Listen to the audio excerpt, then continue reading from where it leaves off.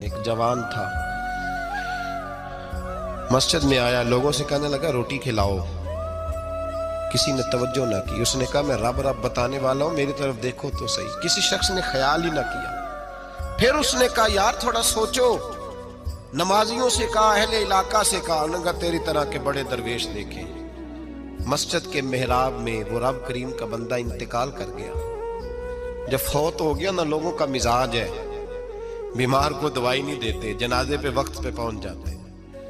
جب کوئی گر رہا ہوتا ہے تو سہارا کوئی نہیں دیتا، جب کوئی گر جاتا ہے، ٹانگ ٹوٹ جاتی ہے تو تیمارداری کو زمانہ پہنچ جاتا ہے۔ اور بزرگ، وہ نوجوان اللہ کا نیک بندہ مسجد کے محراب میں فوت ہو گیا۔ حضرت فضیل ابن عیاض کہتے ہیں امام صاحب نے اعلان کیا چندہ دو، کوئی لاوارث فوت ہو گیا، کفن دینا۔ چندہ اکٹھا ہوا، کفن خریدا، جنازہ پڑا، عشاء کے بعد دفن کر کے آئے۔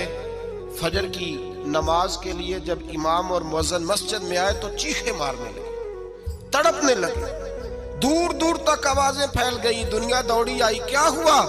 کہنے لگے وہ جو تم نے کفن پہنایا تھا وہ یہاں پڑا ہوا ہے، اور دیکھو کفن پہ تحریر لکھی ہے۔ تحریر کیا ہے؟ عرش کے مالک نے فرمایا میرے دوست نے روٹی مانگی، تم نے دی نہیں۔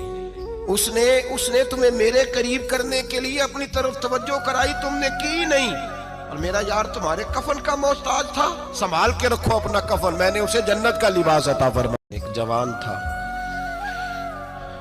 مسجد میں آیا، لوگوں سے کہنے لگا روٹی کھلاؤ۔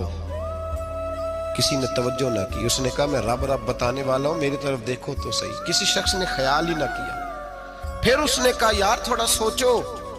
نمازیوں سے کہا، اہل علاقہ سے کہا، انہوں نے کہا تیری طرح کے بڑے درویش دیکھیں۔ مسجد کے محراب میں وہ رب کریم کا بندہ انتقال کر گیا۔ جب فوت ہو گیا نا، لوگوں کا مزاج ہے، بیمار کو دوائی نہیں دیتے، جنازے پہ وقت پہ پہنچ جاتے۔ جب کوئی گر رہا ہوتا ہے تو سہارا کوئی نہیں دیتا، جب کوئی گر جاتا ہے، ٹانگ ٹوٹ جاتی ہے تو تیمارداری کو زمانہ پہنچ جاتا ہے۔ اور بزرگ، وہ نوجوان اللہ کا نیک بندہ مسجد کے محراب میں فوت ہو گیا۔ حضرت فضیل ابن عیاض کہتے ہیں امام صاحب نے اعلان کیا چندہ دو، کوئی لاوارث فوت ہو گیا، کفن دینا۔ چندہ اکٹھا ہوا، کفن خریدا، جنازہ پڑا، عشاء کے بعد دفن کر کے آئے۔